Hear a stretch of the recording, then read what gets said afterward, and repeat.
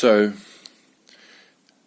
as you may have been able to tell by my videos of late, the last week or two has been quite a plunge into uncertainty and weird new territory.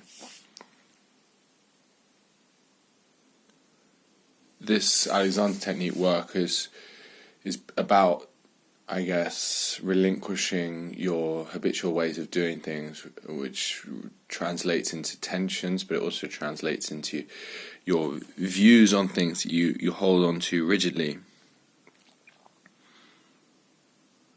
And I guess it's almost like,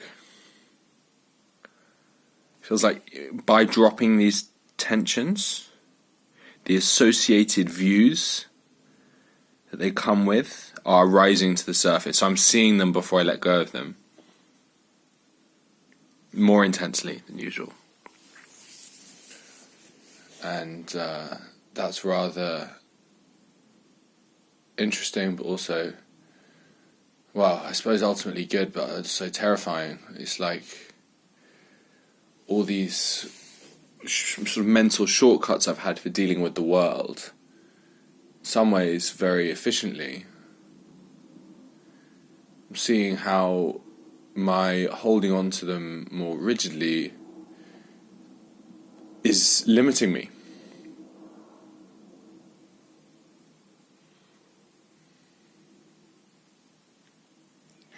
So, for example, oh God, so many things are bubbled up.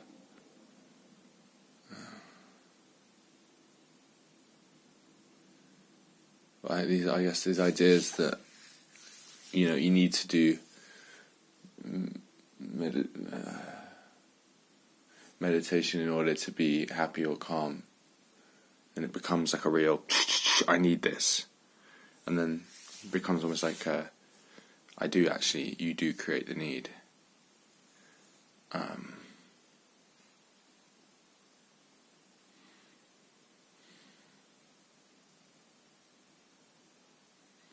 My routines, for example, I must do this diary writing, I must do that and that and that.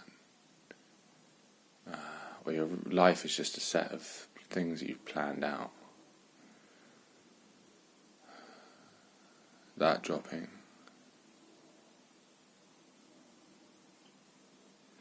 Just seeing so clearly as well the ways in which I've, especially with my body and my posture, the ways in which I've thought, like, hey, this is the right way of doing my posture. Relating back to remembering where I was told that and how persuasive it sounded at the time. So,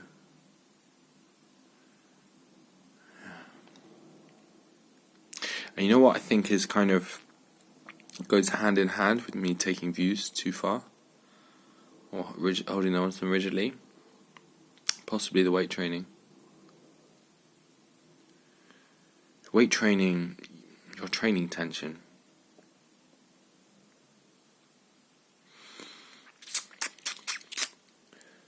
I suppose if you've done correctly, you can be training minimal tension, and you could be training, a mindful movement. But that's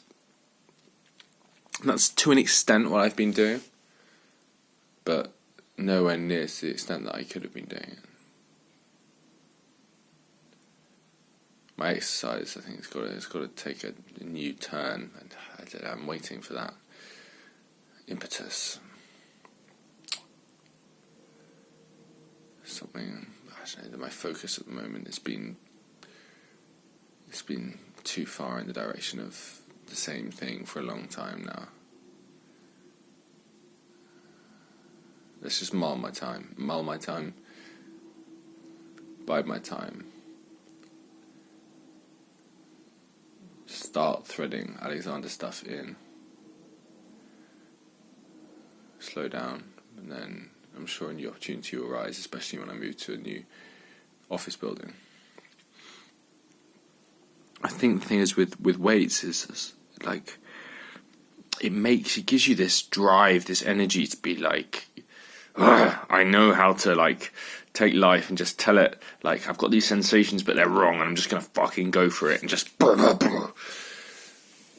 which is wonderful for certain scenarios.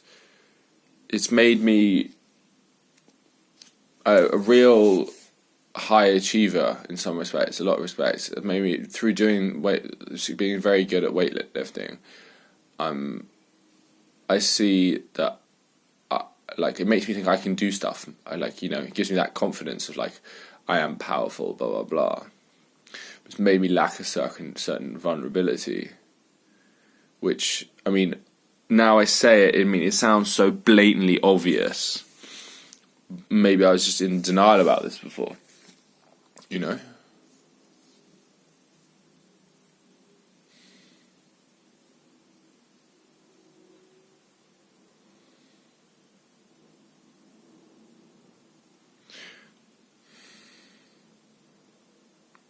So what if I did just drop it for like a month, 2 months? Oh God, I did that last summer and I hated it. Just ease off it a bit. I want to do that thing where I get my tricep dips world record. Anyway, that's another story.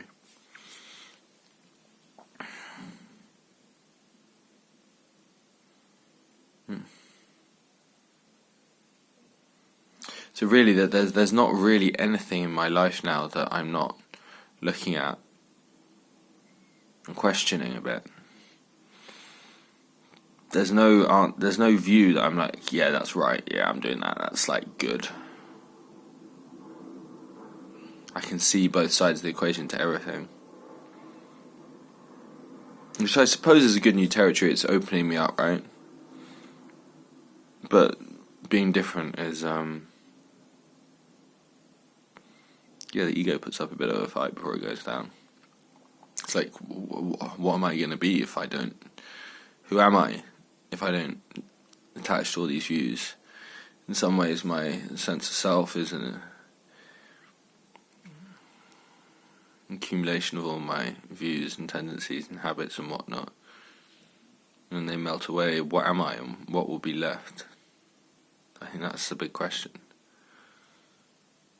Like, what happens if you go away? Like, what happens if I stop fixating on these things? And I guess if we answer that honestly, it's like the answer is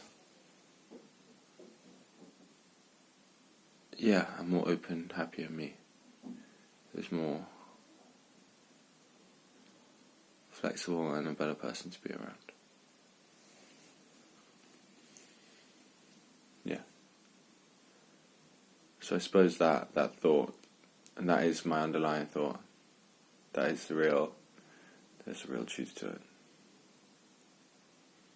That will keep me through, keep me going through any difficult times. So, good night.